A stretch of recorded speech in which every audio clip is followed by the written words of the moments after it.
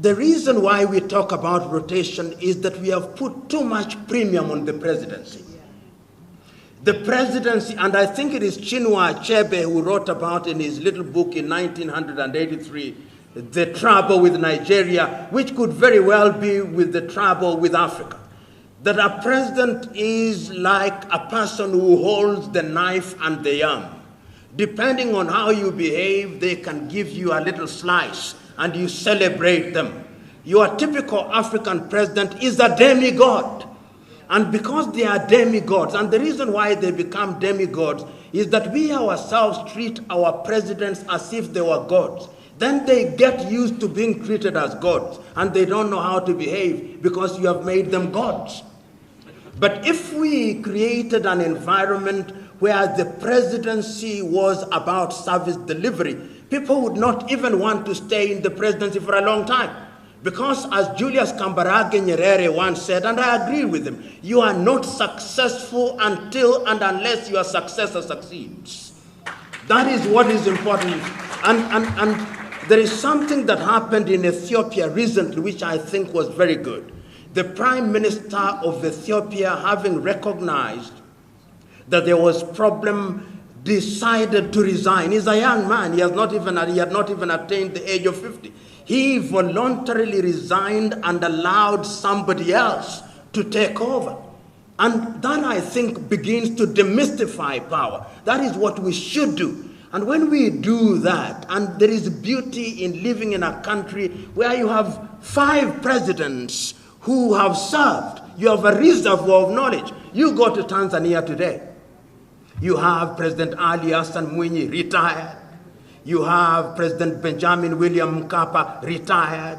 You have Jakaya Mrisho Kikwete, retired. So that when John Pombe Magufuli has a problem, he has 3 individuals who have served and have done well and have made mistakes to go to. That I think is a good thing. And I think that progressively we are going to move in that direction.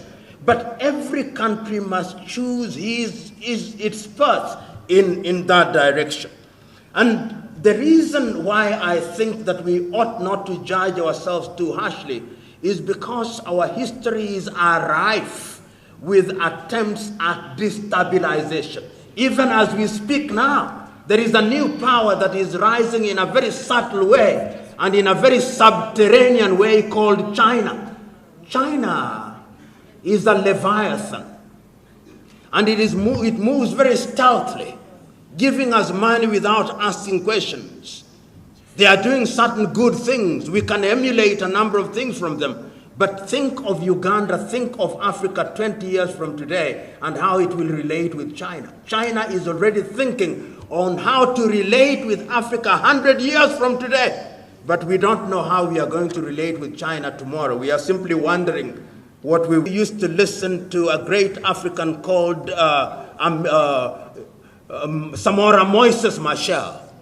Samora had a clarion call. Listen to his speeches. He would say, "A luta continua," and people would say, "A luta continua." Then he would ask, "A luta continua contro che?" The struggle continues for what? Because we can continue struggling, but for what? And I think that that is the fundamental question. A luta continua for what?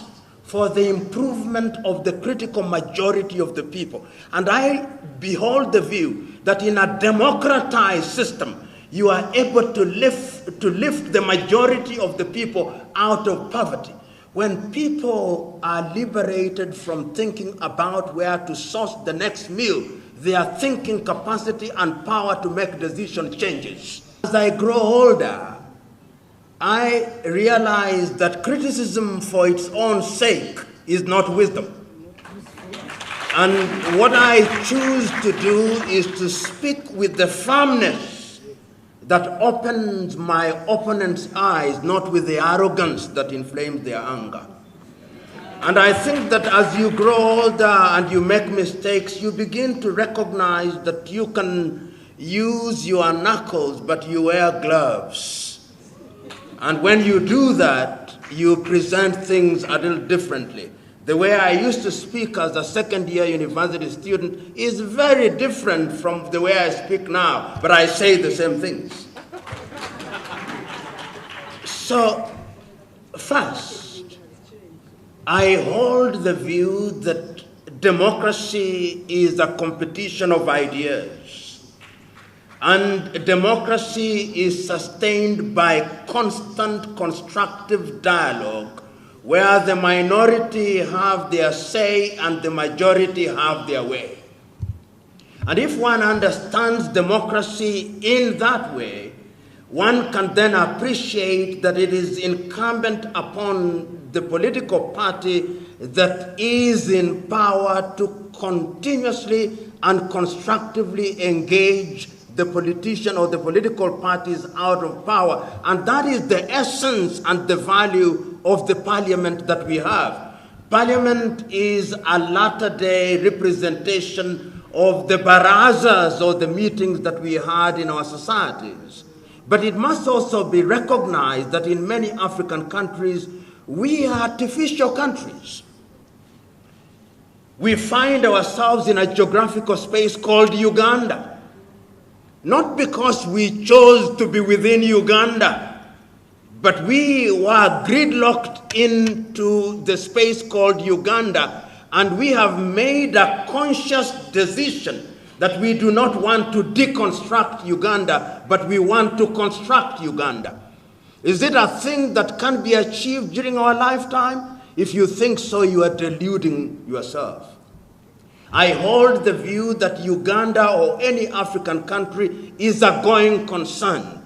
400 years from today, our children and children's children will refer to what we are doing now, and they will be able to say that we, after 400 years, have succeeded in building a country called Uganda where there's unity in diversity, and we can then decide our issues in a manner that is beneficial for the majority of the people. And that is why I think introducing what we have called hygiene in politics is critical. These are toddler countries. African countries are toddler countries. The modern African nation are toddler countries which find themselves in a very difficult space.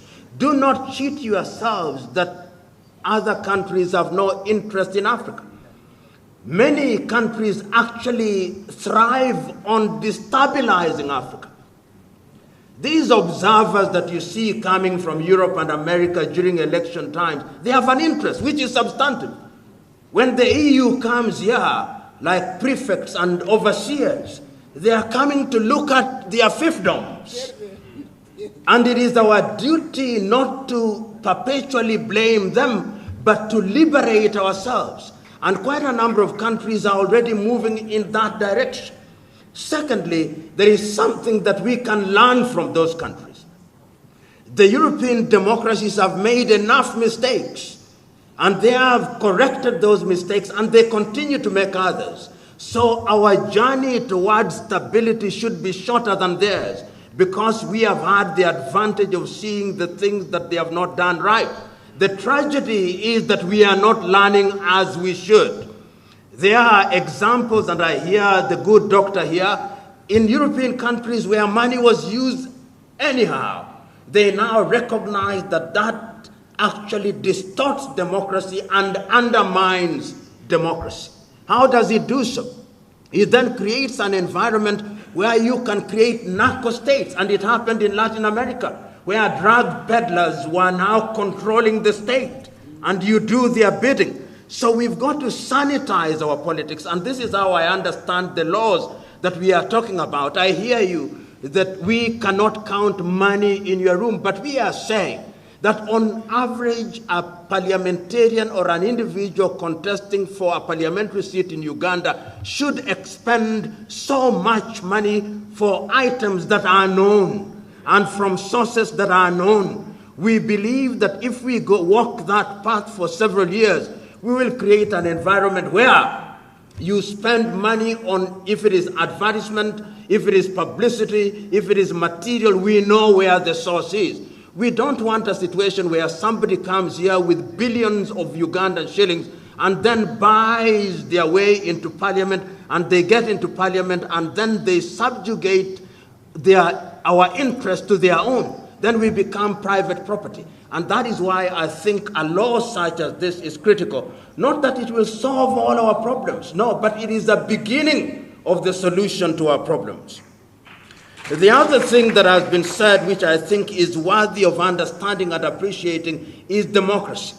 You know, Africa must now begin to ask very basic questions going forward. How do we govern ourselves? Is there one word or one size fits all democracy? I don't think so.